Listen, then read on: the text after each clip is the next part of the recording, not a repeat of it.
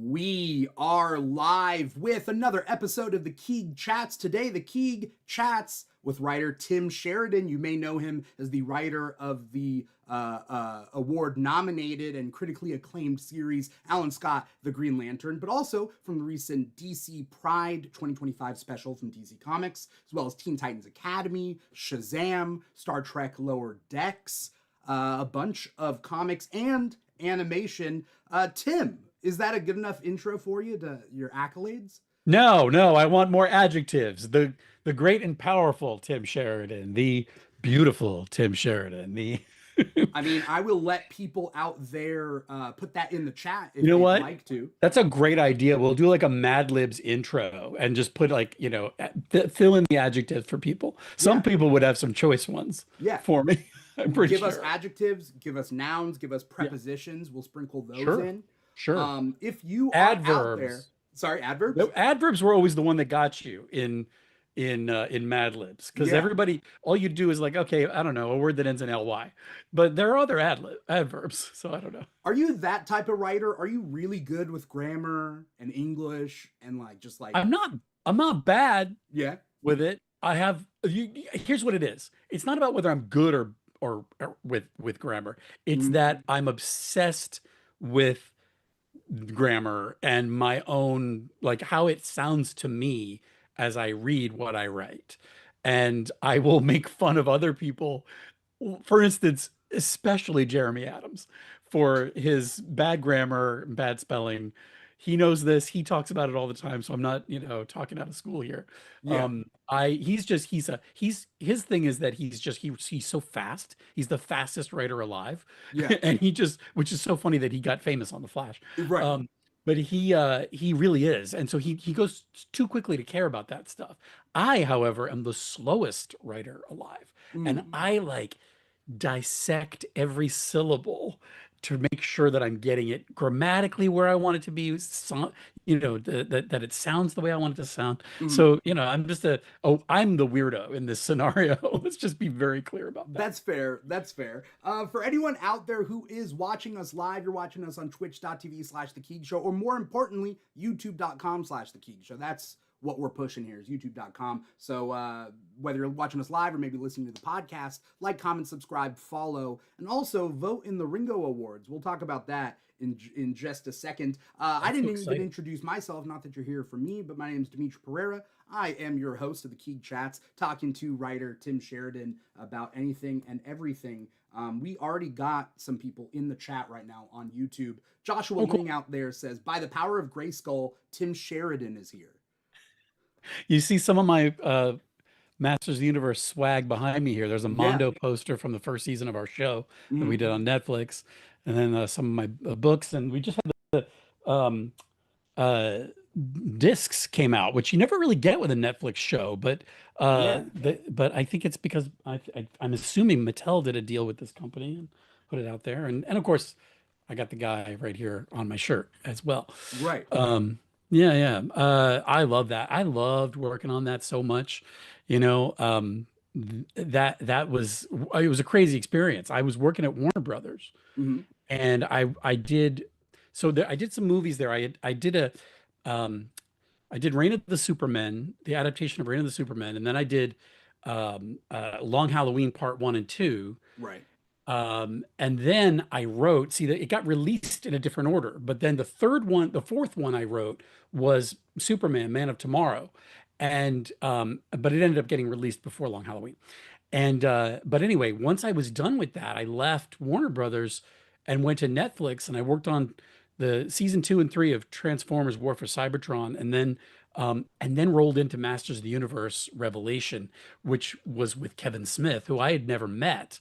And I met him in his living room on the first day, and which is where we all gathered, the writers and producers, to start breaking the story for the show, and just we had the time of our lives. I mean, Yeah. it was a really really wonderful experience from beginning to, I don't know, end, question mark, like I don't know if there's any more.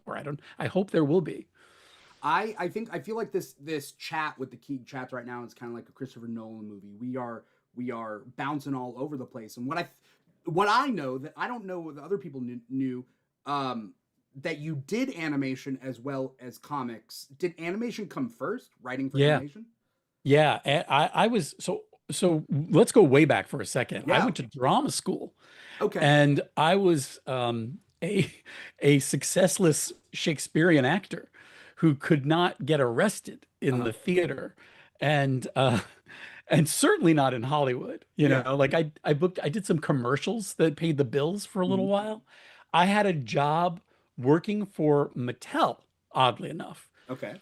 where I was a hired gun like host presenter for them. So like if you ever went to New York Toy Fair and went to the big Mattel section and there, or if you ever went to the Consumer Electronics Show or San Diego Comic-Con, Mhm. the big Mattel booth, I was usually there, like being a pitch man for like Mattel games and products. And Okay. so I did that for like 10 years. 10 years, which is crazy. They paid the bills. It was a great gig. And Yeah. I really loved those people over there. So I saw, I at San Diego Comic-Con, I was there when they premiered, and I was thinking about becoming a writer. I'd always been a writer. I'd always been writing, but I never thought I could do it professionally. Right. Um, and I was kind of lost. I was trying to figure out what I was going to do in my life. It was like past time that I grew up and, got a career going. Uh-huh. And and I went and saw the San Diego Comic-Con premiere of the Flashpoint Paradox animated adaptation of Flashpoint, the Yeah. Jeff Johns Andy Kubert book. And and I walked out of that with my best friend and I said, that's what I want to do. And a few years later, by sheer luck, determination, and being in the right place at the right time, I was working on Reign of the Supermen animated with the people that made Flashpoint Paradox, all the people that made Flashpoint Paradox. Yeah. So it was just a incredible weird story. So that happened. My animation career was happening. Um, and then I got invited by DC Comics along with a bunch of other TV writers to work on something called 5G I remember for DC 5G, or Comics. at least I Yeah, remember hearing about hearing about it. Yeah, let me tell you, I heard more about it than you did, and it was. it. Let me tell you something. It was cool. It uh, was really cool. It was so much cooler than people know, and it would have been a really interesting thing. And there were a couple of books I was going to do for that. mhm. I was going to do a Nightwing Oracle book and a new version of the Flash. And but then it all went away. And I was like, oh no, that was my big chance. Having grown up as a DC Comics fan, I thought that was my one chance to get in at DC Comics. Yeah. And but then again, luck, will, and determination, and being in the right room at the at the right time, I managed to muscle my way back in and tried to pitch them a comic book spinoff for my Man of Tomorrow animated movie that was being released at the time. Right. And they said they heard the pitch. They were very kind, and they said, uh, but then they said, but we got this other thing, this Titans Academy. What do you think about this? And I said, ooh, how about Degrassi with capes? And they were like, yes, that's it. Uh-huh. And then and then it, get, as my first comic book, as my first experience, it was trial by fire, that book, because Warner Brothers and DC were just going through so much stuff. And I mean, I think I had 5 different editors on that book at different times. Yeah. It was a wild experience. But nothing prepared me more for the horrors and the humiliation of being a professional comic book writer than Titans Academy. Here, okay, so funny thing is, watching those animated movies, I didn't know you or your name when I was watching those movies. But do you want to hear what I thought about Reign of Superman? Reign of Superman, Oh, is right? it this Reign of the Superman? Yeah. I hope this is gonna be, I'm setting you up for a fall. No, I wouldn't loved that be it. great I though? If you're loved like, it. you want to know what I thought? I thought it sucked. That's what this whole chat is all about. I'm gonna just rip you apart. No. No, the animated movies were great. Reign of the Superman was great. And then the first comic that you wrote, was it Future State? Was it the Future Yeah, State so Teen Future Titans State thing? Titans, yeah, it was Future State Teen Titans, which was 2 issues, and then Future State Shazam, which Yeah. was 2 issues. And you see the Future State behind me here. Yeah. Um, but those were part of the Titans Academy story. So they were kind of like they were an ending, let's say. They were Mm, presented as the ending of the story. And then we go back to the present day and tell the Titans Academy story. mm, So that was the idea. So it was all part of the same thing. I also did a 4-issue Shazam spinoff that spun out of Titans Academy at that in 2021. right. And so all of that was part of one big thing. Yeah. Yeah. That Here, we had here. that I'd conceived for like most of the previous year, like in COVID lockdown. Mm, Like, that was most of what I was, I never met anybody at DC Comics in person, except for the first time I went in there. Two meetings I went in there for 5G, and that was it. And then after that, it was all like this, because it was all during COVID. mm. But yeah, so all of that was conceived as part of one big story because we knew Future State was coming. So that's how that's how it all got released. Why did it start with Teen Titans? Was there something that drew you to Teen Titans, or was it something that they saw and they I, gave you Teen Titans? Let me tell you, I don't think I've ever talked about this, but what happened was, I mean, look, let me tell you, let me give you a little inside baseball on how the Yeah, industries work. yeah. Um, Animation as an industry, it pays. It doesn't pay what like you get paid working in feature films and live action television and broadcast network stuff and everything. Hmm. But so when you're only working in animation and you see all your friends working in movies and TV, live action stuff, you can be kind of like, I'm really jealous of how well they're doing, and oh, so and so just bought a house in the Hollywood Hills, Yeah. um, and then there's comics, which is let me how do I put this? It's almost like it's not you're not even really making minimum wage. You're almost like making like in most comics and certainly work for hire stuff. You're Hmm. basically making like what is it, the tipping minimum wage? Like what the Yeah, below minimum, and then you hopefully make it up in tips. Yeah, hopefully, if it depends on which company you work for. Luckily, at DC, they do give us royalty Mm, participation. So if the book does well, we do a little bit better, but not most of the publishers don't do that. yeah. So anyway, so they came to me and they were like, "Hey, we want you to do these comics." And I was like, "Well, this is a really significant pay cut to do comics, like really significant." Over animation? It's from animation. Like Yeah. it would, like movies, live action stuff, there's animation, and then there's comics is down here on the Yeah. floor. And I was like, that's get it, unless you have royalties and you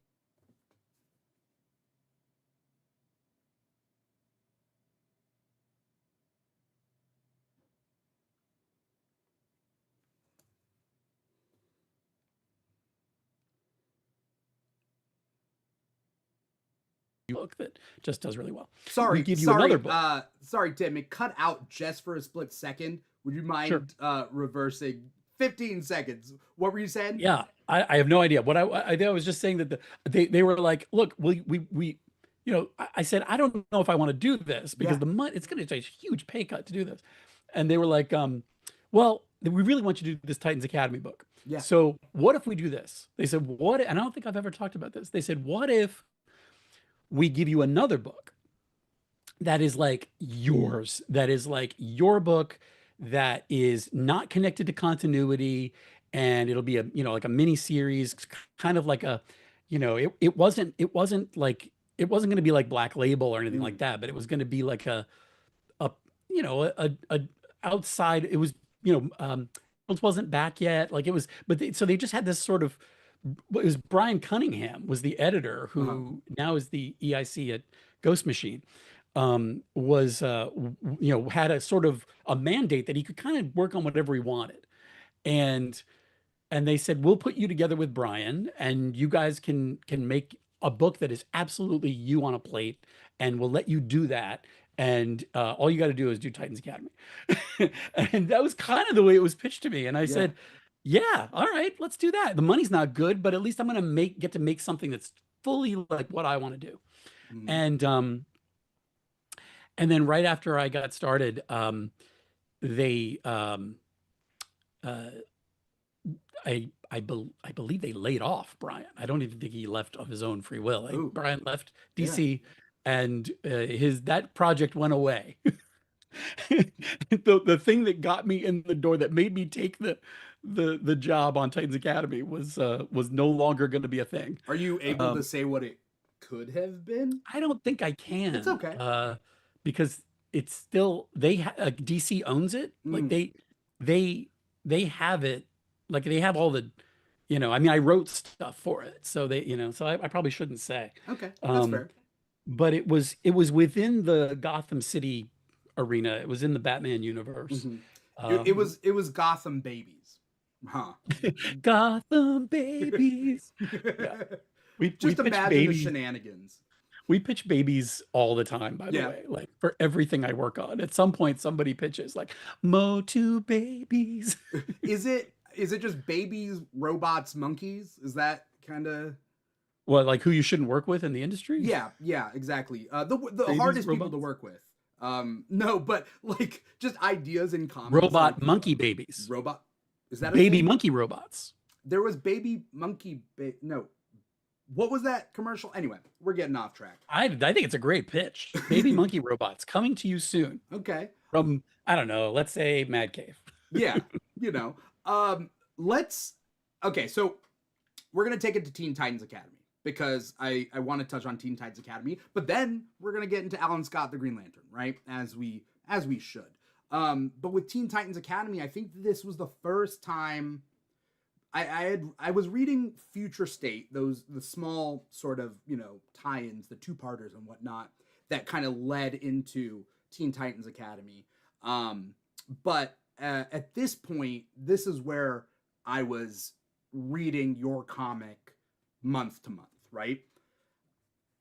How do you go about approaching something like Teen Titans Academy, where there's a proven concept, decades old concept, Teen Titans, Titans, all that sort of thing, and now you're expanding it 10 times to include a cast of characters, students. The Titans are teachers. Obviously, we have Red X. I mean, we could touch on any of that stuff. It was, Where does that start? first of all, it starts with me not knowing at all what I was doing. Okay.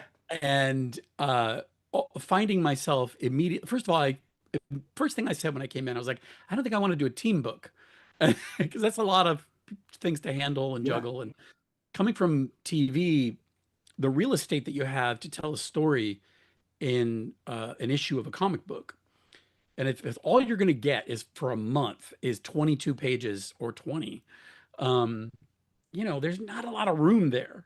And so if you've got a bunch of characters, if you got, 7 characters that are on a team, or even 5, and you're trying to make sure that everybody's got a satisfying story and that there's character development for everybody, Mm-hmm. it's just that's a demanding thing. And it's a muscle that people in this business do really, really well. There are people who just do really well with team books. Mm-hmm. And Do you have a I personal just favorite personal favorite writer? who works really well with team? I mean, I think Jeff Johns, Jeff Johns is at the top of my list for a lot of stuff. Yeah. Justice But I Society of also, America, Teen Titans. Yeah. yeah, but I also think Mark Waid too is somebody who seems to effortlessly can deal with a cast of thousands, and you feel like you're in there with everybody. Yeah. Um, for me, like I didn't know if I could do that. So it was new. And so I was just like, that feels like a lot. But, and then I went and then I was like, well, if I'm going to do this, I need to have the freshman class, because that's the whole point, was the idea of, kind of the indoctrination of sidekicks into the war on supervillainy. And that was the sort of spine of the whole story. So there had to be some, new characters that came in. And then there also, since we were all going to school, I was like, well, there's also got to be an active Teen Titans roster that's out there in the field doing the work of the Titans, and so that's got to be out there too. And so I quickly found out I had three books going on, like we're in one book where it was like the classic new Teen Titans characters, the new kids, and then the people who were actually the on the street doing the work of the Titans, Yeah. who I had kind of like, promoted the previous incarnation of the Titans and put them out in the field and Right. did that thing. But I was like, I can't, this is too many characters. So like the middle one, the active people who are out in the field was the one that got like no page time at all. Like it was like a couple of mentions here and there was Yeah. what they got in the whole series. Um, and there was a funny miscommunication, I think, that Hmm. happened at one point where DC, my editor came to me and said, we're getting a lot of feedback that the the fans and the retailers are telling us what they really want to see is more of the new Titans. And I was like, really? You mean like the new kids Yeah. in like the kids I created with Rafa Sandoval? And they were like, yes, that's what they mean, is they want more stories with the kids. I was like, that's amazing. Like I'm thrilled. I'm happy to, tell more stories. So I started really doubling down and getting into and meant that the faculty kind of, they were there as devices, but they didn't get a lot of stuff Yeah. to do. Well, like much later, it suddenly occurred to me after people were complaining that there was too much with the new kids in the in the book, Yeah. and I was like, wait a minute. And I went back. The editor had left by that point, and I went to the new editor. I was like, do you think when they said that, they said the new Titans, do you think they meant the new Teen Titans? The who were the faculty at the school were Mm. the Wolfman Perez new Teen Titans? And they were like, oh yeah, that's probably what they meant.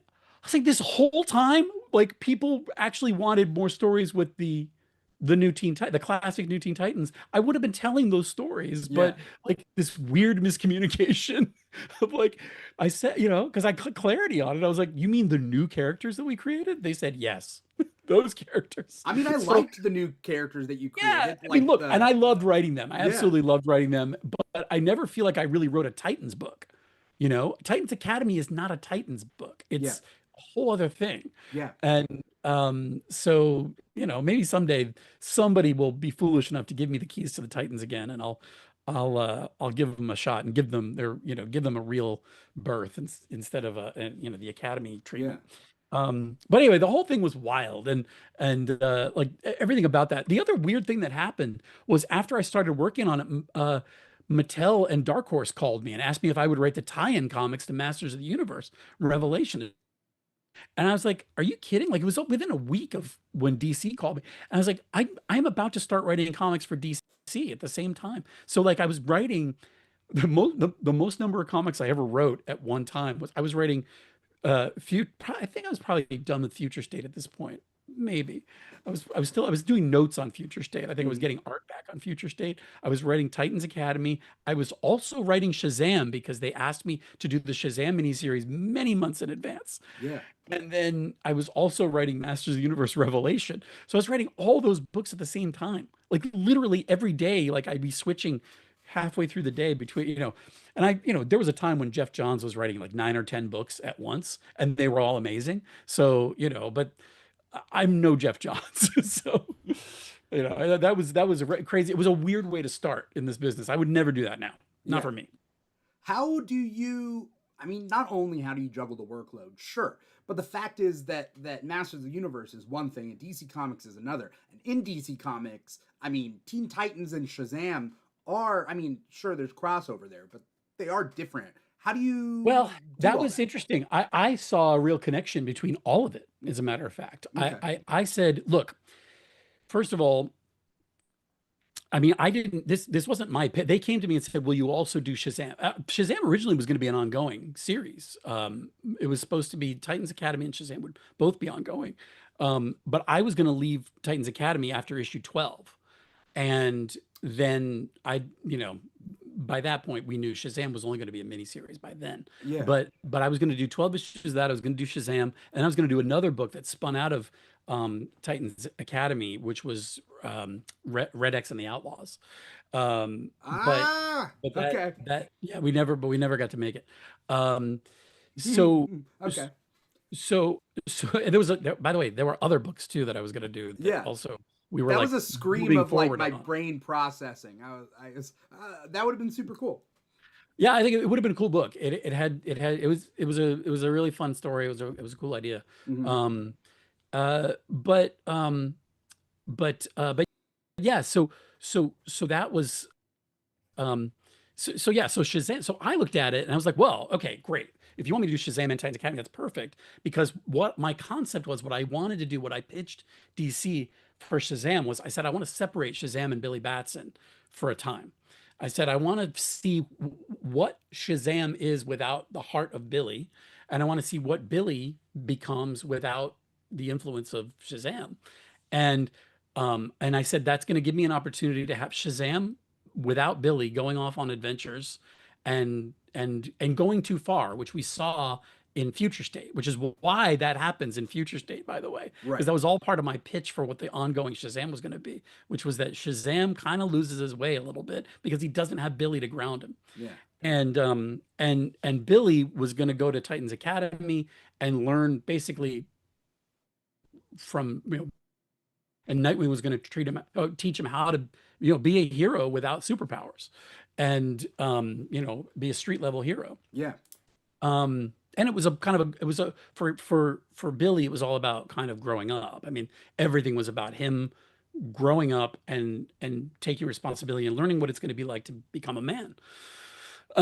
So that made sense to me. Like I was like, good, great. Shazam and Titans Academy will work perfectly together. And at the same time, I'm writing Masters of the Universe. And I said, well, Shazam, Billy Batson and Shazam, that is in many ways the same fantasy fulfillment, wish fulfillment fantasy of Masters of the Universe. A young man who calls down a great power, magical power, that turns him into this, ideal warrior of a hero.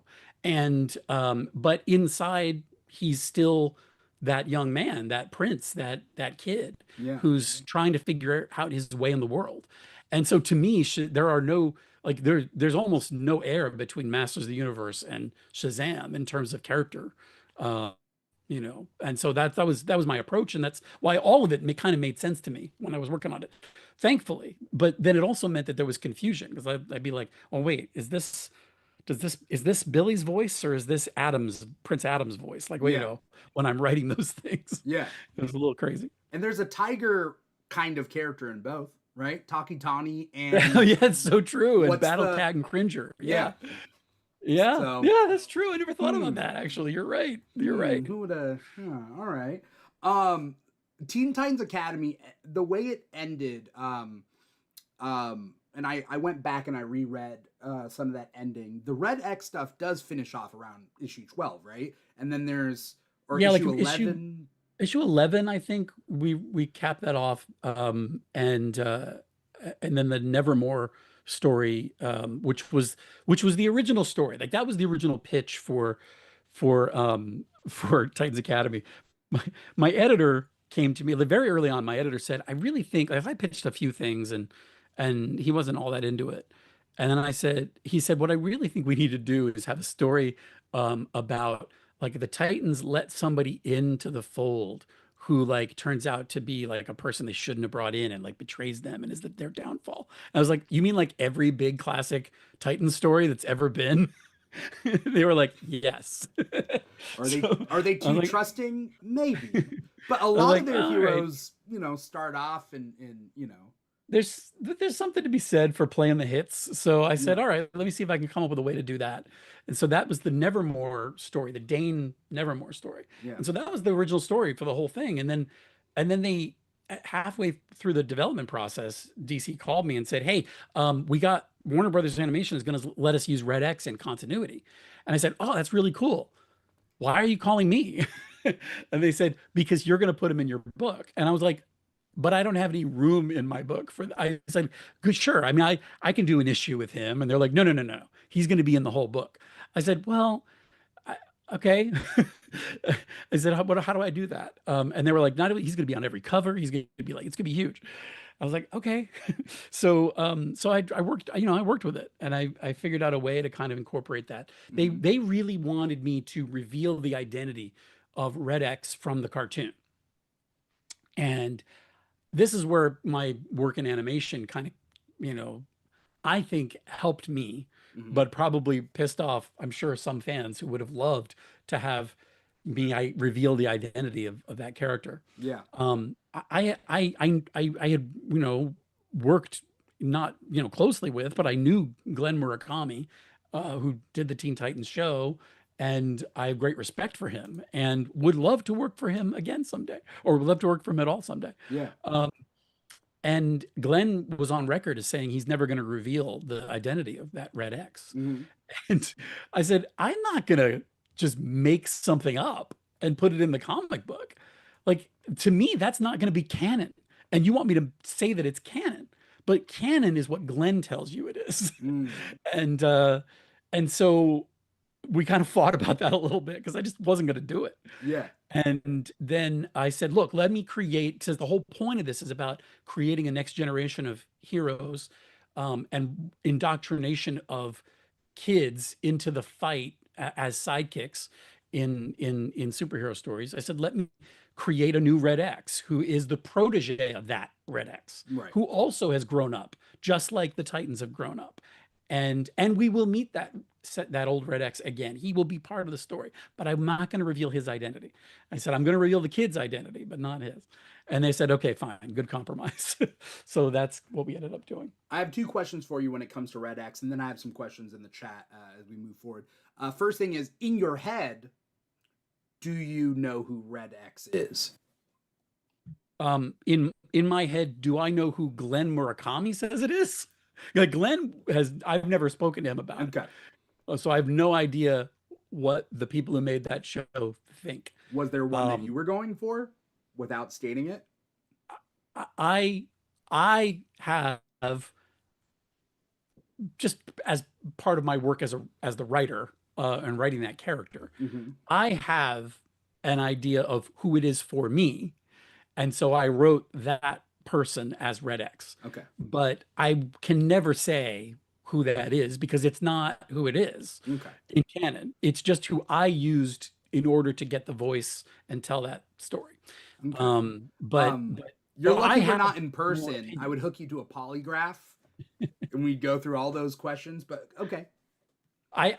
But I have an opinion that I Right. used to write the character. That's it. Right. But I think anybody else's opinion is as valid as mine on that, except maybe Glenn and the people who made that show. That's fair. They might have a better opinion. I never went around thinking that the Prime Earth Red X has to be the same person as in the Teen Titans cartoon, but I understand how you would want to pay respect to that and make it the same or not do it at all, right? Well, I think that was the other thing too. I think Glenn felt, because I read interviews that said this. I don't want to speak for him, Mhm. but I thought the point was that the mystery was what was exciting about the character. Mm. The mystery of his identity was what was exciting. Yeah. And even the mystery of young Red X in our story was supposed to be kind of the fuel for the engine for, his story. But like, issue 1 came out and people were dragging me online for not revealing the identity of that kid, who, by the way, shows up in the last page, the last panel, Red X, for the first time. You see Red X in one splash page. Yeah. And then for the next month until issue 2 came out, I was getting dragged for not revealing the identity.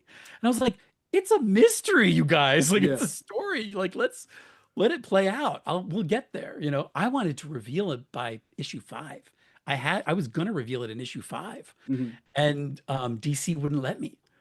They were like, we think there's gas in, they literally said, we think there's still gas in that engine. And I was like, I don't think there is. But okay.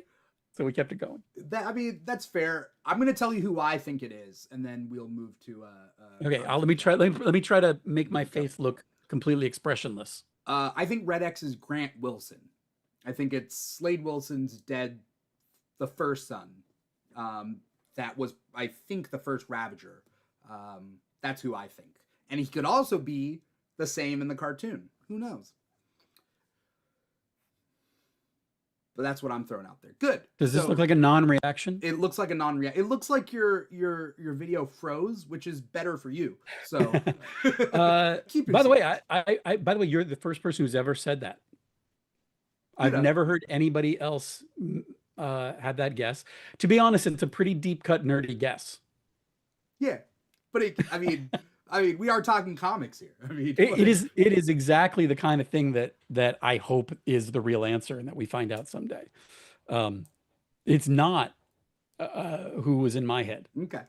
FYI. But it's better than who was in my head. It was Batmite, huh? No, yours is better than mine. Okay. All right. Well, I'm happy to say that. If you ever want to, if you ever want to take it. But, oh, well, thank you. I'm sure I'll get into some kind of legal trouble now. Now you realize nobody can ever do that now that you've said that. Or your dream will, unless you write it. Yeah, that's true. That's true. We'll see. Who knows what the cards hold. In our By the way, so I was only going to do 12 issues, but they decided they were weeding out stuff from the line. We were doing really well. The book was selling, but they were paring down all the DC stuff, and we were kind of like last ones in, first ones out. And so they said, we want to do 3 more issues. We want to go to issue 15. Will you do 3 more? And I said, yeah, I will, because I don't want somebody else to come in for the last 3 issues now. It's like, if they were going to, I was willing to hand it off to the next guy who was going to take it and go, for a long period. But if it's only going to be 3 issues, I was like, all right, fine, I'll wind it down and do that. So I was happy to do that. And I'm really proud of, with all the adversity and all the stuff that was kind of, that was a hard book to do, and a hard story across like 4 titles to do.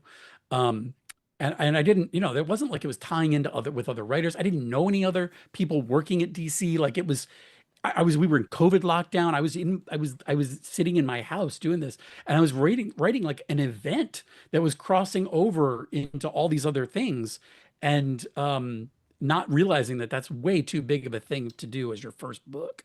But I'm so with all that in mind, I'm really, really proud of it. And that we told a complete story with a complete thought. It has a point of view and it has a point. And I hope people check it out. I think a lot of people didn't pick it up because there was a lot of like negativity about it when it was first out, because I think there's a joke in DC Pride about it, which is the character Stitch from Titans Academy appears in DC Pride 2025. Yeah. And Stitch introduces themselves to Connor Hawke and goes through the list of, their credits. And basically it says, and former student body president at Titans Academy. And Connor says, yeah, whatever happened to that? And Stitch says, I think we sold it wrong, or either that, or it was, or too much, or either too much or too little red X, depending who you talk to. Anyway, and then changes the subject and moves on. But to me, like that's actually an honest assessment. I really do think they sold that book wrong. Yeah. Like I think it was kind of it was really, we went into it more like advanced YA, and like YA that was in continuity, which is not something they were kind of keeping YA separate from the rest of it at that time. And so I think people. By the way, do you mean YA as young adult? Young adult, yeah, okay. Like the young adult books that that they were having a lot of success with at DC. And I brought some of those characters in to continuity through Titans Academy, just for cameos. But they that was kind of what it was meant to be. It was a bridge between the YA. Literally, that's why I have Primer and Whistle show up in Titans Academy, because it was meant to be kind of a bridge book so that they could bring characters from. We talked about this with my editor all the time, so we could bring those characters from YA into continuity and have them become part of the DC universe. But that was never communicated to the fans, and so they thought they were getting a Titans book, and it wasn't really a Titans book. Yeah.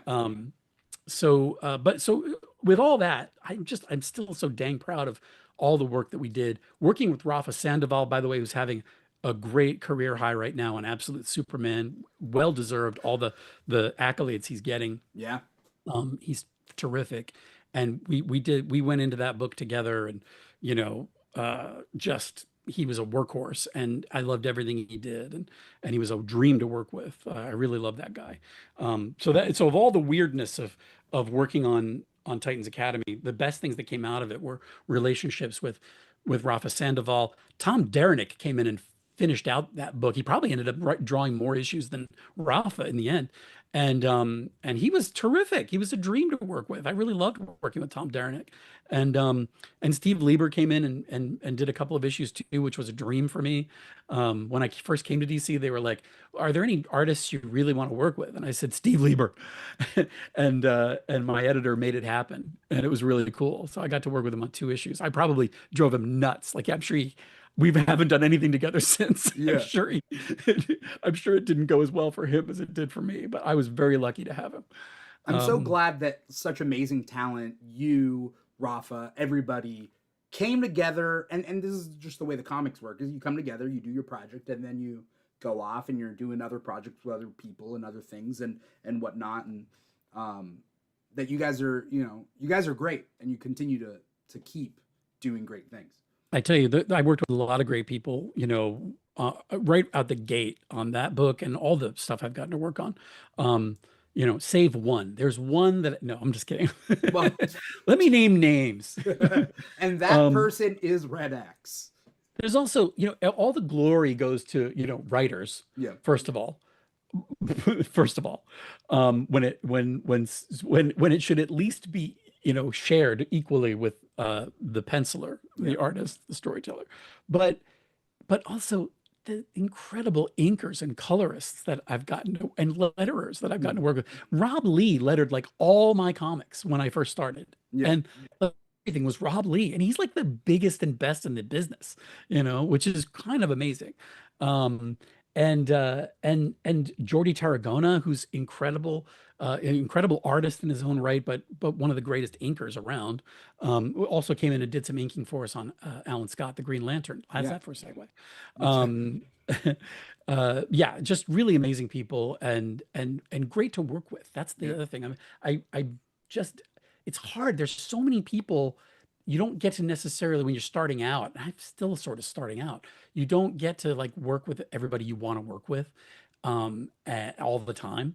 If I could, I would. Like when I did DC Pride for this year, my only demand of Andrea Shea, the editor group, the overall editor for the book, I said, I need Lucas Catoni as my letterer. I have to have Lucas Catoni, who had done the Alan Scott book. We met on the Alan Scott book. Yeah.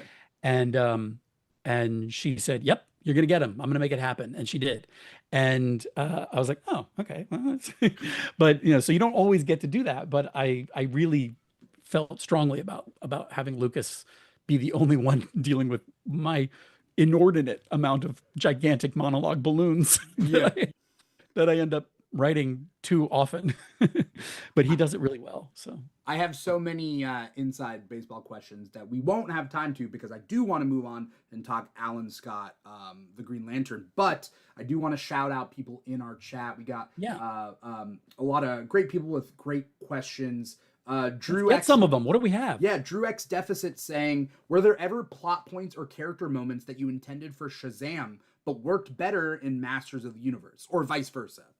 Oh, interesting. I don't think so. I very disappointing answer. I'm sorry, but they were very separate things for me. Remember, the other thing is Masters of the Universe Revelation, which I was doing, the comic book I was writing at the same time I was writing Shazam, was based on the TV show. It was a prequel to the TV show that I had worked on for Netflix. So we had already done the TV show at that point. It hadn't come out yet, but I had worked on it, 2 years before or a year before. And so I had a real solid foundation for that. I knew those voices, I knew those characters. And I did not write the story for that comic book.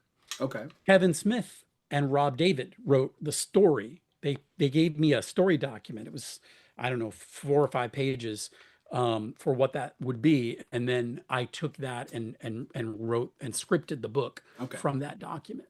So so no, I didn't really have an opportunity to. I'm sure had I been working it a different way, um, there would have been cross pollination, I'm sure. But because of the foundation that I had, having come from the show, and with the document that Kevin and Rob had written, yeah, I kind of was on a short course. leash. Yeah. Oh, I was on a short leash. But I really wasn't on a short leash. I Yeah. kind of had fun. I got to do some fun stuff. Okay. But I was on course in a way that Shazam wasn't really going to be able to deviate, from that. Yeah. Dark Jerf does say, Dark Jerf out there says, I agree that keeping Red X a more mysterious character fuels the excitement. So, Yeah, I think so. And I think there is an opportunity to have some revelations about that character without revealing the identity. And I hope that whoever picks up, if they ever do someday, picks up that character, that they can have fun with, giving you more information and teasing it out, and maybe telling you the identity. Maybe Glenn will come out and say, "Yeah, go ahead, do it." yeah. Let's see. I mean, my big critique of Teen Titans Academy, and I read every issue as they were coming out, was that, like, I wish there was, 5 to 7 Titans related comics out at once so you could explore every single character every single way. And in this, everybody was together in one comic. And There just wasn't enough real estate. Yeah. I said all the time, I was like, I'm writing 3 books. This is 3 books. I don't know. There's no room for all this stuff. And it was a little too big for the what we were trying to accomplish. And unfortunately, everything, the characters who you knew already suffered for that. And because I got the note that people wanted more with the kids, that's what you ended up getting, was a lot of stuff with the kids. Yeah. You created really good characters, though. The characters that you created for Teen Titans Academy, the Bat Pack, I think I love them so much. I thought they were going to be the breakout characters. Are they not? I hear Stitch was the big breakout character. Stitch made it onto the Dawn of DC poster, although they're cut off, their heads cut off, but they're at the top of that poster. Yeah, no, I was like, I was Team Batpack day one. Yeah. Question, because I wrote down notes before this. Just Uncle Jorge. Did you create Uncle Jorge? I mean, yeah, that was. I was writing Titans when we knew that, George Perez didn't have a lot of time left, and when we lost him, and I never got to meet George. I got to meet Marv Wolfman. I worked with Marv on a story that we were going to do that was related to Red X, and we were going to do this really, really cool thing. But I never got to meet George. And I felt like, well, look, I think that this is the Titans book. I think that I want to say something. I know DC was doing their own tribute, but I felt like we should say something in the Titans book. And so, I just put in that character as he wasn't George Perez, but he was in many ways inspired by George Perez. He was somebody who inspired, Diego Chupacabra with his art, and was encouraging, and knew he was going to be leaving, and was having to say goodbye, and I don't know. To me, it was just a little way of saying thank you. Because I wouldn't have that job if it wasn't for George. Yeah. That's beautiful. I mean, it was great seeing it there, and it's great hearing you talk about it. When the art first came back, it looked exactly like George Perez, by the way. And DC was like, oh no, you can't do that. Because there's all kinds of legal Yeah. considerations when you when you just, when you draw a person who lives in the real world. Yeah. And so there were lots of back and forth on kind of adjusting his look so that he didn't quite, wasn't George Perez. What did you tell them to stray away from George Perez? Because I'll tell you what I It saw. wasn't me, editorial did. Oh, okay. I knew that it was George Perez just by context, but who I saw was a little bit like not from the comic, but Butcher from the show The Boys. Right. Yeah. Well, that was when he got the note from because it was Tom, I think, who did, yeah, Tom Derenick who did that. When he got the note from editorial on that, like they had some specifics, like do Yeah. this, change this, change this, change this. And once those changes went in, he did look like more rough and tumble. Yeah. Not as cuddly as he looked the first time. He looked a little bit more like, I mean, he looked like an artist. He looked like a guy who was a little bit, maybe a little bohemian, but he also looked like he'd been on a motorcycle at some Yeah. point in his life, He which looked wasn't like the way it Carl looked when Urban. he did. It wasn't the way he looked when he first came in, but Yeah.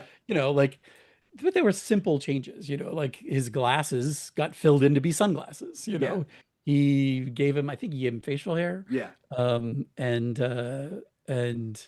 or he gave him more facial hair or something. Mm. And I think he he had like a bald head, but he drew, I think or he a had a very cap on, mostly bald head, but like he a ended up backwards cap. he made it into a beanie cap basically, or Yeah. or a cap of some kind. Yeah. So all those things kind of working together made him look a little bit more street level. Yeah. Like, yeah. To the point, I remember reading people's blogs talking about, is this a new villain? Is there this? I don't know the source, but I remember reading something along the lines of like, is this person shady or not shady? Like, Not shady. Yeah. No, I know now.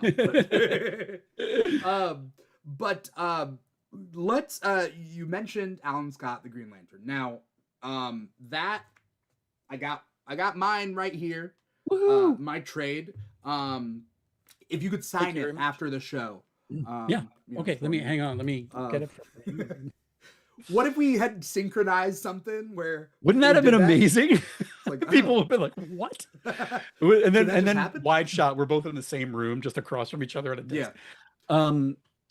Yeah. So that came out of so I did this book Flashpoint Beyond with Jeff Johns, who Jeremy Adams and I met doing that book, and we were huge fans. Yeah. But then really kind of just fell in love with the guy. Like it was like we were getting a master class to writing comics early on in our career.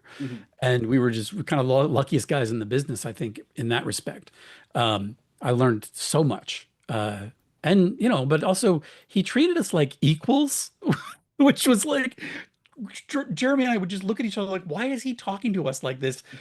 We're like we have not done anything like what he's done. It was wild, but he's just like that. He's that kind of guy.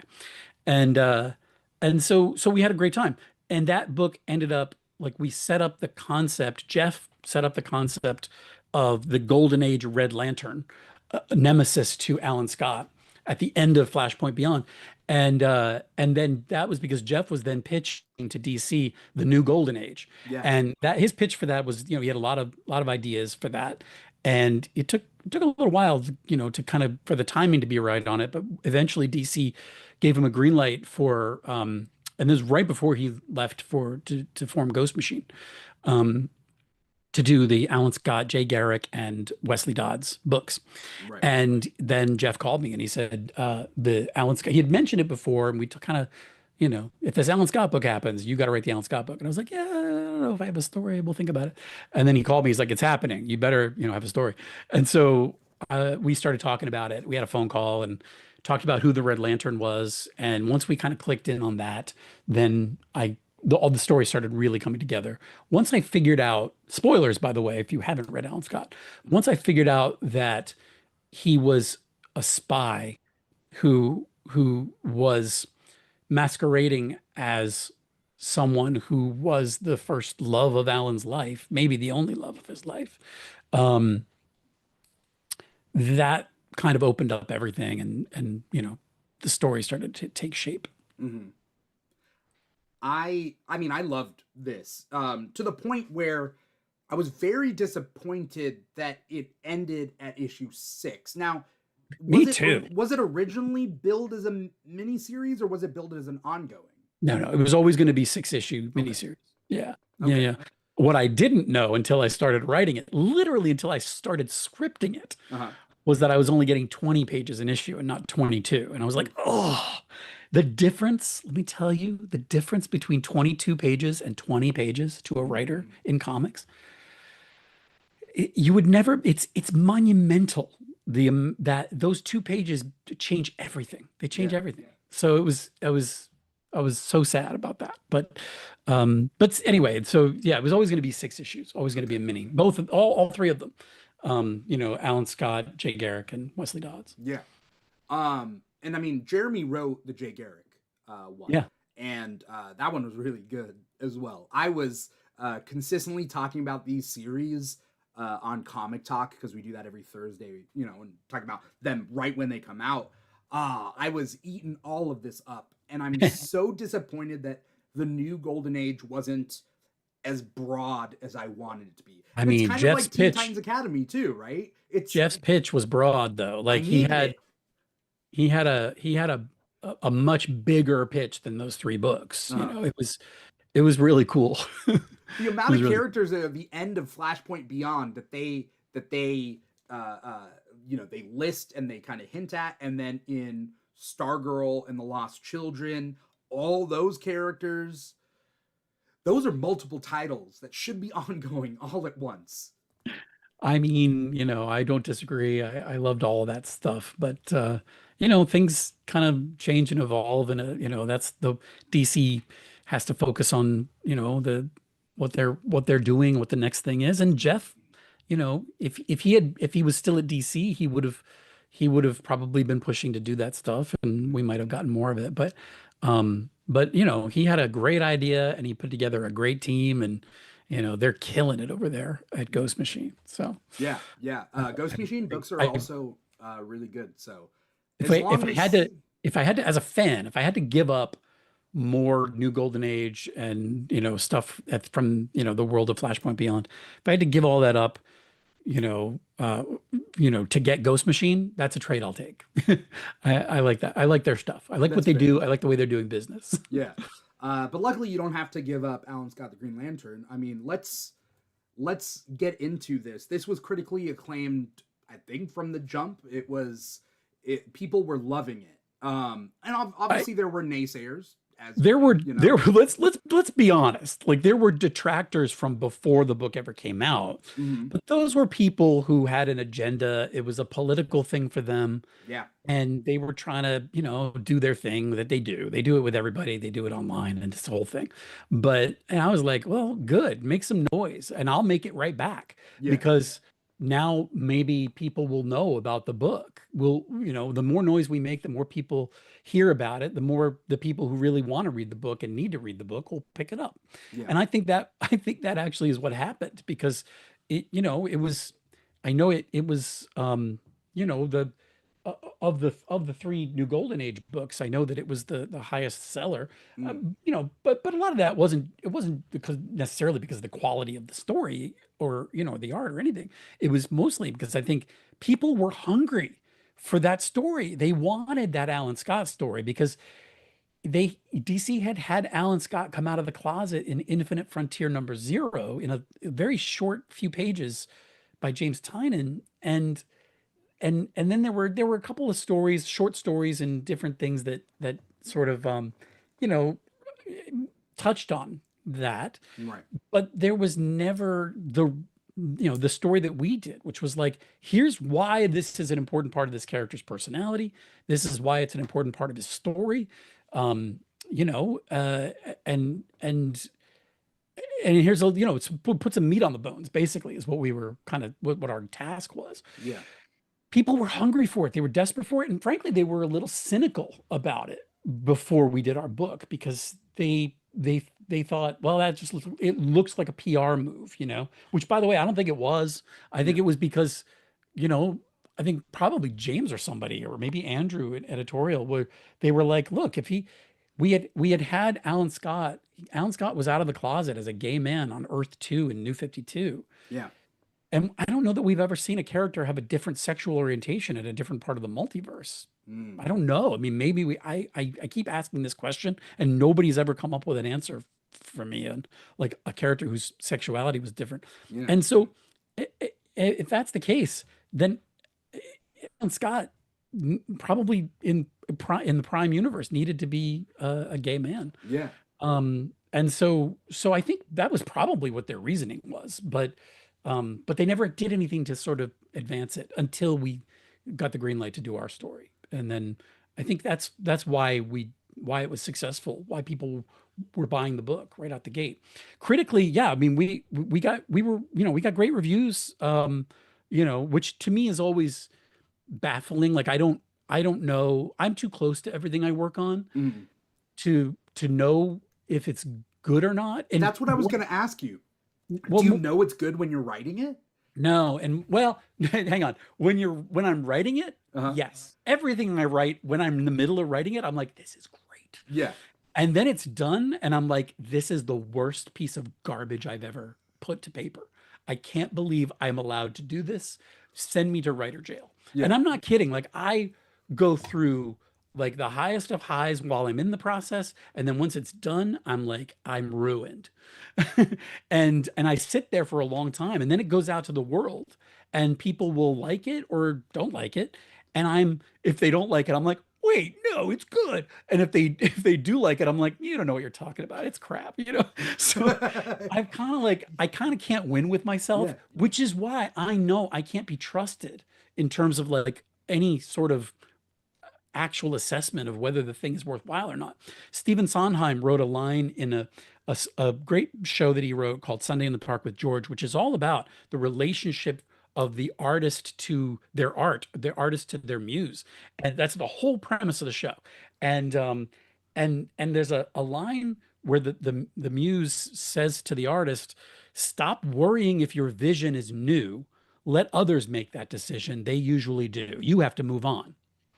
And that to me that's everything. Like Yeah. that's the whole thing. I will never know if what I'm doing is any good or not. Other people will decide, and they'll say, "Hey, we like this," or that we don't like this. And then I'm like, "Okay, fine." But I've moved on to the next thing by then. And it's nice when you get accolades and people tell you the thing is good, and but for me, the GLAAD Award nomination, the Eisner nomination, which was a huge surprise, um, those things for me I'm able to enjoy them on behalf of, or because of all the people that worked on the book.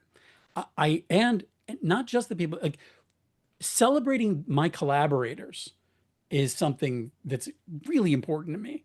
And to be able to lift them up and point to a nomination and say, look at what you guys did. Look at what we were able to do together. That means everything to me. I know that sounds like a pageant answer, but it's really how I think. Because my relationship to what I write is so effed up Mhm. that for me to celebrate, I get to celebrate the stuff everybody else has done. The other part of it, though, is the fans, like the fans who were supportive of the book. Like they had people online just were being awful to them all the time for saying that they enjoyed a comic book. Yeah. And I just feel like when a nomination comes out and it looks like there's a group of people who objectively are looking at the thing and say, hey, this thing is pretty good. It's a reassurance to those fans who were like, yeah, you know what? I thought it was good too. And I'm, somebody told me I was wrong, and Yeah. maybe they were wrong.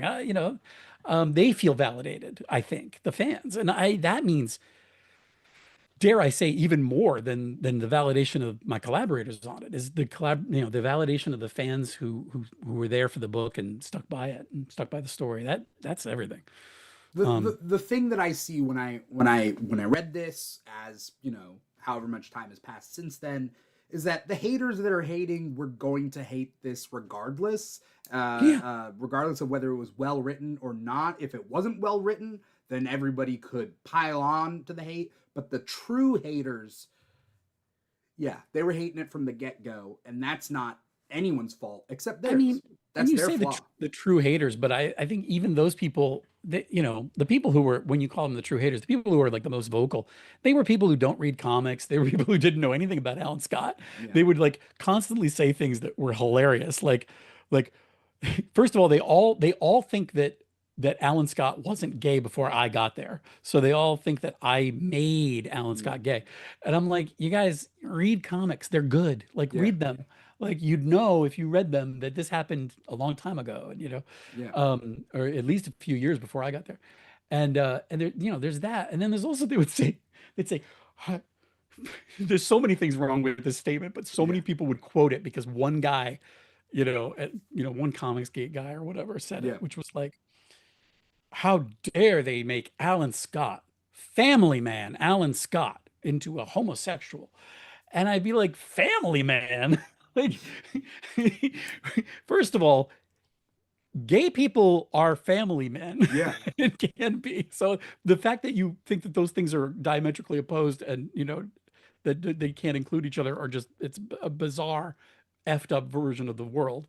So let's not even talk about that. But let's Yeah. also just talk about the history of Alan Scott. He didn't even know he had a family until they were adults, until they were superheroes.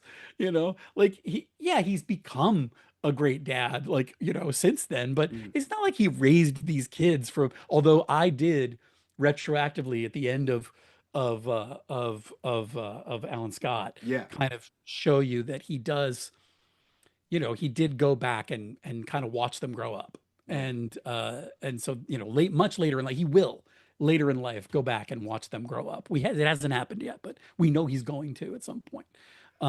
That's a And nice retcon. Also, it's comic books. You're allowed that, right? yeah, yeah. And I also think that it also goes to I don't think Alan Scott has really ever been a family man until now. I think now Yeah. it's like, okay, see, you want a family man? That's what the family man would do. He's not going to interfere. He's not going to mess up their childhood by revealing himself to them. He's just going to go back and catch some of the stuff that he missed Yeah. because it matters to him. Yeah. The whole point of the book was ultimately he's telling a story to his son, and it's a story about the Red Lantern, but it's not. It's a story about Todd's mother, who was a villain. Yeah. And the question that's being answered in the story is how can you what how could I exist? How could it's Todd's question is how could I even exist? How could you have a relationship with a villainous person that would produce me? And what does that mean? Who am I in that situation? And I think what Alan's doing is telling him a story about how complicated love is and how it doesn't, you know, it's so complicated and it's so chaotic that it allows for, it's like chaos theory. It's so chaotic that it allows for all kinds of amazing, wonderful things Yeah. like, Jade and Obsidian. Yeah. And his coming into his own, learning to love himself through his love of Vladimir, and all of that. That is, it's a complicated kind of messy message and a messy story, but I think that in that respect, but I don't know, I feel like that's what love is. It I think was that's what it was family sweet. is, Yeah. you know. It I was also going through a lot of stuff with my yeah. family, so it was like, I think messy family stuff that has a happy ending and has a happy core to it is stuff that I was desperately wanting and needing in my life. And so I was willing it into existence in that story. And so, that's why there's some honesty to it in that Yeah. respect, which I think Art people respond to. art is therapy on both ends, right? From the artist and the viewer. Yeah. There Yeah. there's bound to be droves of people getting something out of these 6 issues of this that they wouldn't have gotten otherwise. Things that can affect them emotionally. So it affects you emotionally writing it, affects people emotionally reading it. I think that's what art is. I It's mean, art for entertainment, sure, but it's art. I think if it's honest, if it comes from an honest place, people find stuff in it to identify with. They find the honesty and they feel it, Mhm. and that changes everything. I think because if it's not honest, people see that right away. I mean, you see, and the good thing about comics is you can have stories. Comics can be great and they can be kind of about nothing but a big space battle and, laser guns. Yeah. And like that can be a lot of fun and it can look really cool and it can be a lot of fun. But then you put a little meat on the bones and I think it gets better. Um, and I think there's more for people to kind of chew on and then we're doing something. We're telling stories about like the Alan Scott book. There's I knew that that wasn't going to be a Pride Month release. Mhm. It was coming out starting in October and it was going to be everywhere. And that's not something that happens a lot in comics where there's a story with a hero, a hero who's been around a long time who is, queer and you have people who are going to pick up the book who wouldn't necessarily pick up a book about a gay superhero. Right. We were going to have that. So I knew that it was going to have to it was going to have to be an honest telling of the story of what it means to be, a gay man in America in the middle of the 20th century, but also how that still applies today. Like the stuff that Alan's going through in the 30s and 40s is stuff that people are still going through in this world now. Yeah. And that to me is important to put down on paper, to put it into comics. It's passing the stories down and passing them on to the next folks.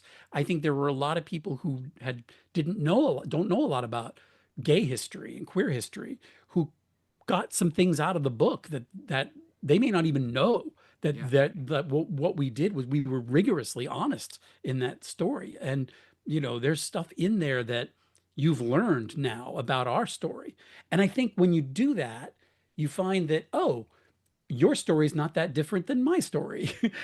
And that's how we all ultimately, that's what brings us all together when we realize that we're not all that different. Just because the tiny circumstances, might be different in our lives, the feelings are the same. Yeah. The way Alan feels about the shame that he feels about who he is and the lengths he goes to deal with that, and ultimately finding love for himself. Those are feelings that everybody can understand regardless of what the circumstances are. So that's what I think. If we're not doing that, I don't know why we tell stories. If we're not telling stories that are honest about ourselves, sharing our stories with other people so that they can identify with it. I'm very open about the fact that I've been sober for 16 years and I got sober in the rooms of Alcoholics Anonymous. And and one of the big things about I learned in those rooms right from the beginning was you're going to hear all kinds of stories from people who, the circumstances of their stories are absolutely nothing like the circumstances of your own of your life. And but you will hear and you will see yourself in their story regardless. And it was from day one in those rooms. Every time I hear somebody tell their story, all the circumstances, all the details are different. And yet I walk away going, that's me. Yeah. They've just told a story about me. And that's the gift that we have as listeners, I think, and readers of comics and watchers of entertainment is if we can look at it and we can take from it and identify with it and find ourselves in it, even if the circumstances and the details are different, we're going to learn something not just about the people in the story, or the people that made it, but about ourselves as well. And I just think I will go to my grave thinking that that is how we get better. That is how the whole world gets better. We change people's hearts before we change their minds, and we do that in comics and in movies and in TV. And so it's an awesome responsibility, especially when you're just trying to tell a story about a guy with a magic ring and a really cool cape. Yeah. But I'm really proud of it, and I'm glad we got to do it. Yeah. I mean, I know you didn't stop after issue 6 as far as writing is concerned, but I mean, this 6 issues impact a lot of people. So, you could rest easy knowing that was step one, you know. Um, I have some questions in the comments again. Let's get them. Specifically, Brett Crandall. Brett Crandall in our YouTube chat originally popped in with a bunch of green hearts. So it was either for St. Patty's Day or big Alan Scott Green Lantern fan. Brett says, and this ties in with kind of what you were saying earlier. Did you need to research the time period and where queer people were at the time, or were those ideas that you had prior to writing this series? A little bit of both. I kind of, I just by being a queer man and being out for the last, I don't know, 30 years, um, I know some stuff. Some stuff was passed on to me by, my queer elders, the stories and that stuff. But I also did some research. Like there were specifics. Like I wanted to know in issue 3, we see Alan in the middle of an investigation. He goes to this like cruising spot, this place where, gay men would find each other to connect with each other, to put it, politely. But really, I mean, when there wasn't any other place where you could meet other gay people, that, you met people between the parked trucks underneath the overpass of the West Side Highway. So that's a very specific detail that that I had to research and found and was fascinated by. And so Alan goes to that place and he's clearly been there before when he interviews a guy who recognizes him. But that's honest and that's real. That's how that's what life would have been like for someone in the closet at that time period. And that's an example of kind of where the research came in. But there's also, it goes along with what I was saying earlier, which is like, I was lucky to have people who were the generation before me who were, out of the closet, who taught me about kind of, what it meant to be a queer man in the world. And I feel like we've gone through this period now of progress, great progress. And I think that there's this younger generation. By the way, when I say I was lucky to have those guys in my life, I was lucky because most of the guys in that generation died. And from HIV/AIDS. And so then now the new kids kind of coming out today, they've seen a world where there's been this great progress, where, I'm legally married to my husband and, it's wonderful. And we've had great progress, but there's this thing that happens where I think you feel like the world is moving forward and it's always going to keep moving forward. So great. We're on a ride and I think everything's going to be great. And then now, like in 2025, there's some shit going down. And I think that we owe it to those kids to say, hey, let me show you a story about what it's been like before and how we've gotten through it before. Because we will get through this too. Maybe we're glacially taking 2 steps back when it felt like we had, just taken a step forward. But that's our story. That's always been our story, that's and it's really important that we pass that information on to the next generation and tell, and hopefully inspire them to keep on fighting. That's what the DC Pride story is about this year, which is for the first time, it's not just an anthology, right? It's all connected in one story that they asked me to write that is, part of Alan Scott's story. It's very much a coda to the Alan Scott book. Yeah. And ultimately the message in that story is, maybe the fight is what we get, our generation, the people who are here right now. Maybe the fight is the reward. We get to fight for the next generation. We get to fight for the progress, for those kids who are coming up behind us. Yeah. And let's be proud of that. Let's be happy and proud that we are the ones who get to serve on the front lines of that fight. And so anyway, I digress. But it is, but those going back and doing that research is part of making sure that that story is alive and it keeps getting told and it keeps getting passed on, not only to young queer people, but also to people who are not queer who don't know our story and need to hear it and maybe identify with it or at least be fascinated by it. Yeah. Um, uh, My answers are so long. I'm sorry. Do we have any other no, questions we should ask? no, I Anybody in mean, the chat? the I mean, there's a couple, but Brett also says hello from Kansas. Happy Pride Month from Smallville. Ah, wonderful. Happy Pride Month from, Man of Tomorrow. I've talked about this before, but the movie I wrote it as a coming out story. Mm. But it's not about Kal-El being queer. It's about him being an alien. But he's struggling with the stuff that I struggled with when I was coming out. And ultimately it's about pride. While I think a lot of people read that or watch that movie and, kind of identify with it in different ways. Like everybody Yeah. can kind of understand what it feels like to be an outsider and not tell people who you are and be worried about it. But that's, that was a kind of a subtle, way of getting some honesty, really getting some honesty into the story coming Right. from an honest place from me. Yeah.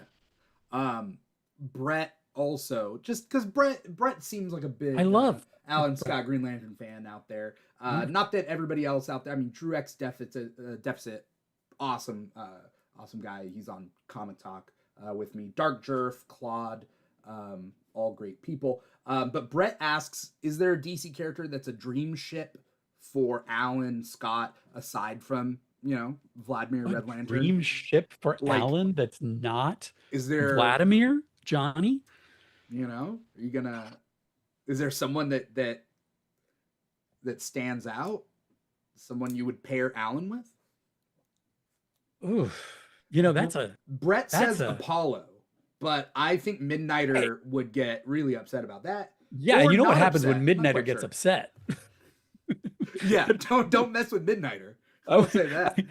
I'd be nervous about that. Yeah. But no, listen, I love Apollo, but I also love Midnighter, so I really love Midnighter. So I wouldn't want to hurt Midnighter. Yeah. I think I like the idea of Apollo and Alan Scott though, because of I think their goodness and also their connection to the light. Yeah. But also for other reasons that, I have an idea for a story that I would really love to do. But yeah, anyway. I don't know. I don't think so. I don't think so. I've been very focused on Alan's relationship with Johnny Vlad. And you saw that if you read DC Pride, there's a little bit of an ending to that story and like a goodbye that to kind of put that to bed. And so that's so fresh for me. It's so recent. Yeah. I haven't really given it thought. So I don't know. But you know what? Let me just say this. I do want to see Alan in a relationship. I want Alan to have a good, healthy relationship. I think he deserves it. I love him. I want him to be happy and I hope he finds that. And I'm going to have to give that question some thought. I think it still needs to be a villain because he seems because it's all he does. I mean, it's ridiculous. It's like, he's married, including Vlad, he's married 3 villains. Who are the 3? One is plant lady, Rose Thorne, who is the mother of Jenny, of Antod, right? Oh, okay, yeah. And then the first one was Molly, who was was that Harley Quinn or Harlequin? The first Harlequin. Yeah. And so he's, this was the whole thing when Jeff and I were talking about Alan and the Red Lantern. I said, well, look, the one thing I know about Alan Scott is that he marries his villains. So I said, that's the story. We're going to just say that he's repeating that behavior. Like he did it. He's going to do it with the Red Lantern. He's going to do it with, Molly's going to do it with Rose, Hmm. and yeah, so maybe it would be. I don't know. I would love for him to finally break the cycle. Let's just hope he can finally break the cycle at some point. I for some reason, what popped in my head was Sinestro comes to Earth and decides to, learn who he is as a Corrigarian. Um, who knows if they meet up? I don't know what Sinestro's into, but That's a whole other thing. I'm just saying, yeah, Drew X Deficit says Alan's quote is, "I can fix them." Yeah. I mean, honestly, he's like, oh, if I just shine my light, you know. Yeah. No, no. Oh, Yeah. Alan. Oh, Alan. Stop making the same mistakes. He's had a long time though to really think about it. Yeah. I don't I don't even know. I don't even know if we've seen Alan in a relationship. Have we seen Alan in a relationship since Rose? I don't know. I mean, in Justice Society of Merit, like Jeff Johns' run, I don't remember anything along those lines. Truth be Except for told, obviously Earth 2 with Sam, but that's a whole other thing. yeah, that's true. I'm going to be honest. Your series made me care way more about Alan, and I've been reading Alan for a while with the Justice Society. But you added so many more layers to him. No disrespect to the previous iterations, just that there's Well, something about this series that really hit.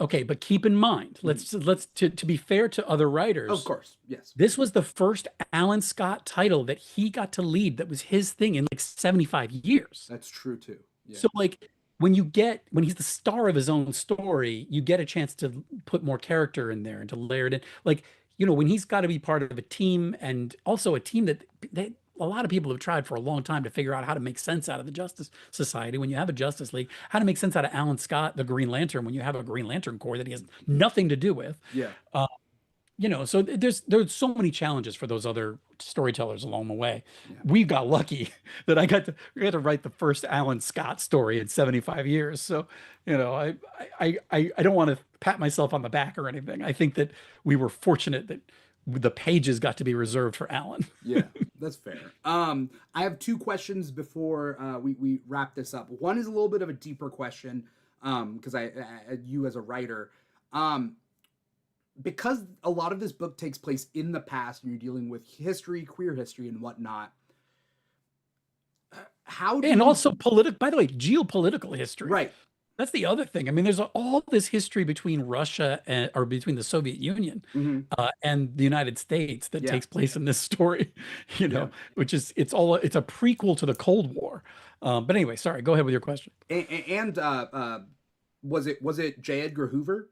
Yeah, Um, yeah. all that crazy stuff. But because it takes place in actual history, which is something very specific to Justice Society characters because they are World War II characters. How do you walk the line between making something real to our world in real life, but then also realizing that it is fantasy, so you can change things, but you also have like real historical things there. Yeah, I often think about how difficult that is for the guys who were writing like All-Star Squadron and stuff. Like I always feel like, when you have these incredibly superpowered people, it's like, well, why don't they just go kill Hitler? You know? Yeah, Like it's a tough question, because that didn't happen in real life. yeah. So, that's the great thing about the Tarantino, movie is, Mm, it's like, well, it's effing fantasy, yeah, It's like, you know, let's play out the fantasy of how this would go down. yeah, I would love in comics to just mess up that timeline and, have the superheroes do something like that just disrupts what we think of as history and let it be their history. yeah. Um, but I think that there's a larger like that's just my own sort of macabre fascination as a reader than a writer. Hmm. But I think that part of this particular story with Alan Scott, like I felt like the history needed to be real and believable and researchable. The places, the names and all that stuff needed to be all of it needed to be accurate. And because there were so many things that I was asking you to buy into that you naturally have to ask the reader to buy into in terms of all the magic and the cosmic forces at work and all that stuff, that I feel like rooting it in stuff that is provably demonstrably true and historically accurate um, helps the medicine go down, or I Yeah. guess it's the medicine that helps the sugar go down Yeah. um, in that situation. But I felt like there's a responsibility to in this particular story to be as accurate historically as we could, just so that that was not something that was tripping up the reader. Because there was enough stuff in there that you had to wrap your head around. Yeah. In general, I would say, um, you know, I think we're always looking at sort of what's going on in the world and what's going on in history. I think where we try to really, I don't want to speak for other writers, but we try to tell stories like in the Pride book this year. We're telling a story about the world in 2025, about for all of us, not even just queer people. I mean, the whole story is based around the idea of a beloved restaurant bar closing, post COVID, Right. which we've all experienced, Um, though it's important, I think, to get the feelings right, even if you have to alter some of the historical facts, if you ever have to alter the historical facts.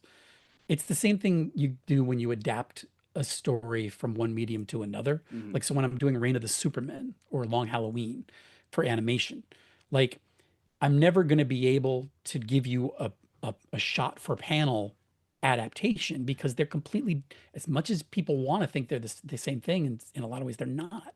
They're completely different media. And so your only goal is to try and make people feel the way that they felt when they first read that stuff. So you kind of want to make people feel the way they feel about the world or the way they feel about history and where we are in the present and all that stuff, even if the details, have to change and shift a little bit. I think that's the most important thing to sort of keep in mind when you're Yeah. writing stuff that touches on real life and real history. The reason that came up, I thought of that question was because I was rereading this, and the character of Billy, who is in Arkham, right? Yeah. Yeah. And Did they're you all read All American 16 or Secret Origins 18, by the way? sorry. All American Comics 16 or Secret Origins 18 are the Secret Origins is the retelling, but that's the original origin story for Alan Scott. Mm, And if you liked the Alan Scott book that we did, go back and read those because you'll see we're telling that same story again. We're just giving you more context okay. and showing it to you through the lens of kind of where we are today and what we know about Alan now. Yeah. But that Billy character is a character in the original 1940 book. I didn't know that. Yeah. So, but we're seeing Billy differently now. But yeah. All I right. So felt your really question. sad. I just felt really sad for Billy, and I thought to myself, why can't Billy have a happy ending? Well, the good news is, spoiler alert, although we didn't spend a lot of time with it, you do have a panel in issue 6 I was about to that ask. Yeah. that gives you an ending to Billy's story. I wasn't sure if it was Problem is, real or not. yeah, it's real. By Okay. that point in the story, we were the train, Alan Scott metaphor, but the train had left the station and we were barreling toward the conclusion of the story, and so we couldn't spend a lot of time on it. But so what I was able to get was a panel and some words in the panel, in the caption, in the speech that Alan is giving at the end of the 1940 story, Yeah. 1941 story, about how you can do whatever you want to us. You can fix us if you think that's what you're doing. You can do whatever you want, but we're still going to be here. We're still going to be here. We're going to rise. We're going to get up. We're going to go back out there and we're going to keep living our lives. And that's represented by Billy in that moment, in that panel. And the one thing that we didn't get, and it was just a thing that happened in the art that unfortunately, it doesn't translate really well on the page, but you were supposed to see that Billy's eyes were colored a brilliant emerald green.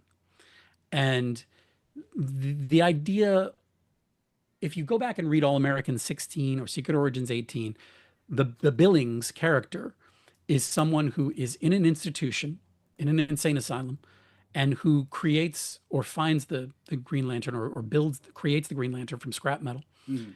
And the Lantern cures Billings of his insanity in that original story. Oh. And he leaves the institution and he's able to get back to his life. And thank you, Green Light, for doing that. And for Billy, it was important for me to have that same effect, to give you the idea that, because I'm not going to change the history of the characters.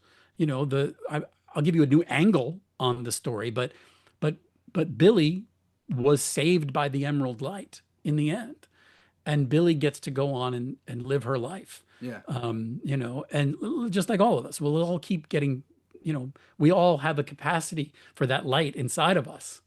We don't have to build a lantern at an institution to get it. It's there for us. Yeah. And that's represented, by Billy. Billy lives in the light. Billy steps out of the darkness and lives in the light in the end of that story. And that's, that was part of the message. That makes me feel a lot better. I'm going to be honest. I didn't know if that was a literal ending for Billy or not. And now I feel a lot better. This is really what this chat was all about. It's to make me feel better about the character of Billy. So it seems like you maybe thought that it was that was a fantasy in that moment. Like in a wishful thinking of the people that Alan had come across with in the past. That's so interesting. And maybe that's me. I wonder if that's a difference in how we read it, as like me as a queer person versus the way you're reading it, which is like, when I read that rallying cry speech at the end for him to be like, hey, here's who we are and here's how we're not going away. All of that stuff is real and true because it's true and real for me. Yeah. That's all true. So I would never think that like it was just a fantasy. I thought it could also have been a flashback before that point. I wasn't sure if that took place before Arkham or not. No. Yeah, no, that's because the message is in the panel is you can even lobotomize us and think that you're going to change who we are, and yet we will come back and we will still be ourselves and be who we are. Now, had Billy's eyes sparkled with that emerald green, maybe you wouldn't have thought it was a flashback. You would have been like, oh yeah, this is now. And Billy's come back and the emerald light lives within her. Yeah. So that's a little failing on our part in terms of how we depicted it. But but I loved it. That's all I can say. Yeah, thank you. As we close this up, one quick question. Absolute Alan Scott? Oh man, I don't know. I gotta call Scott Snyder and see if he's got any ideas for that. Yeah, that's exciting. That's a great idea. I don't know. I'm just saying you would, if anyone's getting the keys to that. I've got a story that I want to do, and I'm kind of like, I've been on the DC hasn't talked to me about doing anything else, so I don't except for they asked me to do the Pride story. And they wanted it to be an Alan Scott sort of, spine to that story. And I was very grateful to do that. But it was, that's a different animal. I've got a story that I want to tell with Alan, with the Green Lantern and the Red Lantern. Part of me feels like it's an Act 3 story and not an Act 2. Okay. I've given you Act 1, and I feel like maybe we haven't earned Act 3 yet. Maybe we have to do Act 2 first. But I also feel like, well, if I do Act 2, maybe we won't earn Act 3. Maybe people won't let us do that story. Let me tell you, that third act story is going to be big. It's exciting. I want to do it someday, but so I don't know. We'll see. Okay. If I did Absolute, it would have to be different, I guess, because it wouldn't be in the same continuity. So I don't know. Same but different, right? I don't know. It feels like it would be more like the Earth 2, maybe. I don't know. The old Alan Scott stuff. I don't know how you would do it, but I trust you.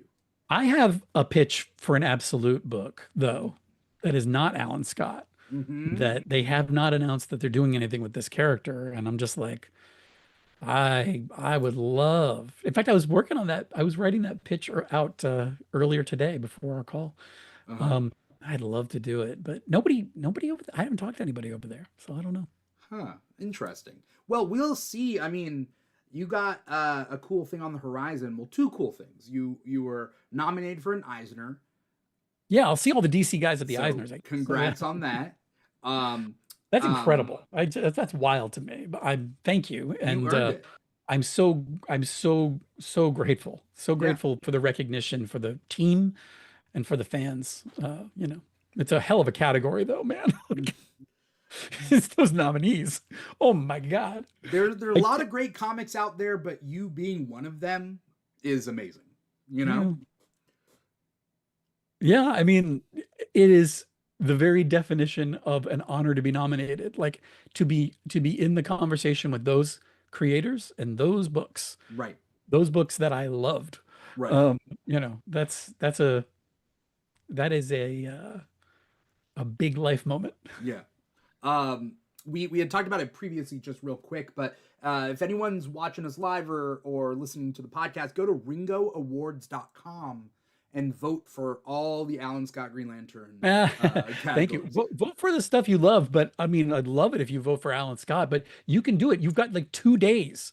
If you're watching this live, Thursday, June 19th is the deadline Mm, to submit your selections for stuff to be nominated for the Ringo Awards. And it's so wonderful that they put that out there for people to submit, their choices for stuff. yeah. But boy, yeah, we'd really love it if you would. But more than anything, participate, get out there. It was a great year for comics, like Yeah. a really great year. Yeah. So hopefully, get out there and celebrate it. Yeah. Celebrate what you Thank you so much for taking time out of your night, Tim. So much. By the way, what time zone are you in? Because I'm over in Pacific. I'm in Los Angeles, so Okay. it's Pacific time. Okay. It is almost 8 o'clock p.m. here right now. Will you be at San Diego Comic Con? Well, I will because that's where the Eisner Awards are held. Yeah. So I'll be doing that. I may also last year, if you were at San Diego Comic Con, you may have also seen me hosting a live game show at the DC booth 3 nights while we were there. Yeah. And so I may be doing that again too. I don't want to spoil that for anybody, but there's a possibility that hasn't been confirmed that we'll be Okay. doing that. So those are the reasons why I'll be in San Diego. I had considered not going to San Diego. I've been every year since 2000, and I used to go as a fan. Then I went working for like Mattel and stuff, and now I go as a comic book writer, Yeah. animation writer. So I'll be there. I'll be All there. right. All right. Will you be there? I will. All Oh, 4 cool. days because I don't think officially I can say what it is, but I am doing a panel on that Oh, cool. Thursday. So did get okayed for that. I'm not sure again if I can officially say it, but the Keeg is producing and hosting a panel. I will be hosting. So That's amazing. That's yeah. great. I can't wait to see you guys there. Yeah, it's going to be great. Tim, once again, thank you so much. Thank you to everybody out there watching and or listening. Brett Crandall for amazing Alan Scott related questions. Drew X Deficit, Drew Maxey, also a writer. Drew's amazing. Dark Jerf, Claude. There was a couple of Hunter Iggy, Joshua Ling.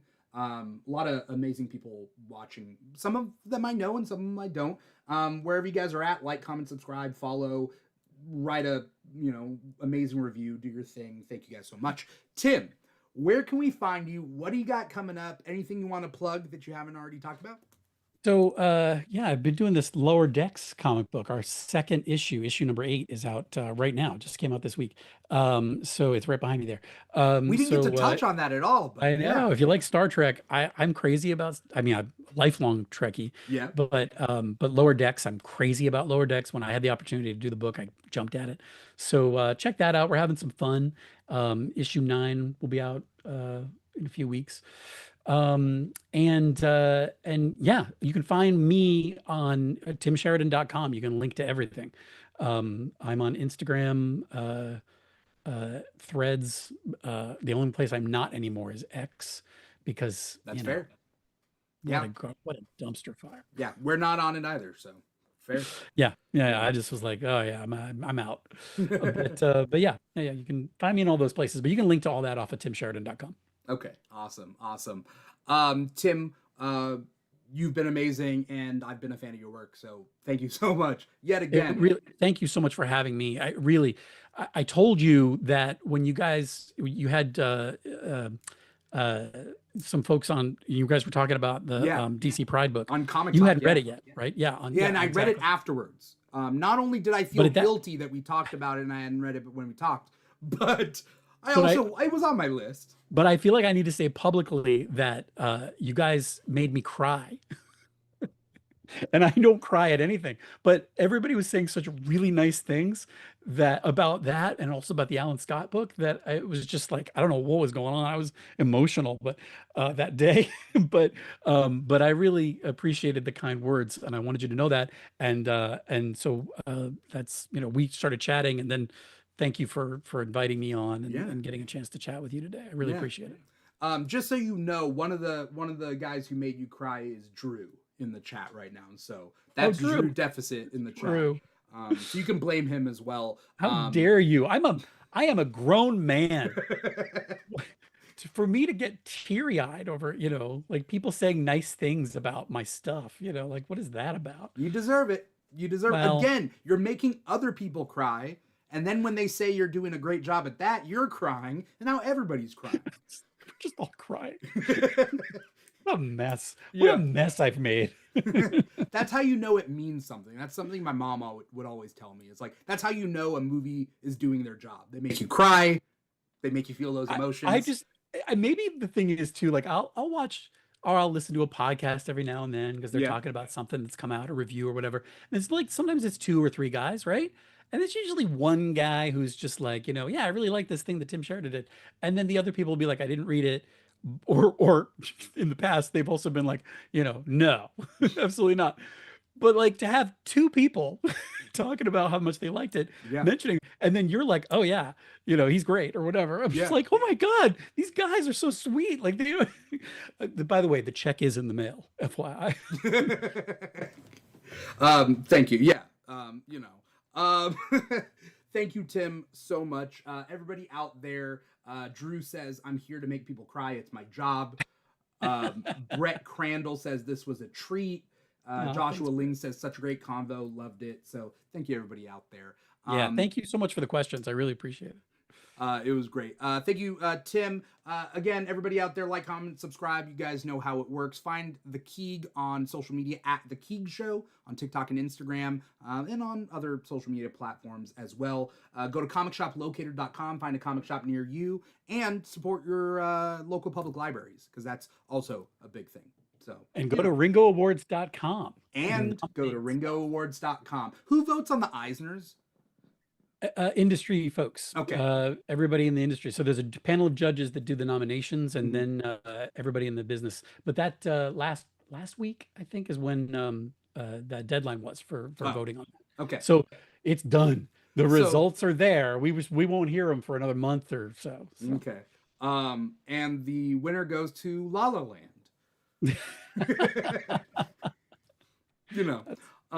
Thanks once again. Once again, I am your host, Dimithri Perera, and this has been the Keeg Chats with Tim Sheridan. Thank you, everybody out there. Have a great night. Bye-bye.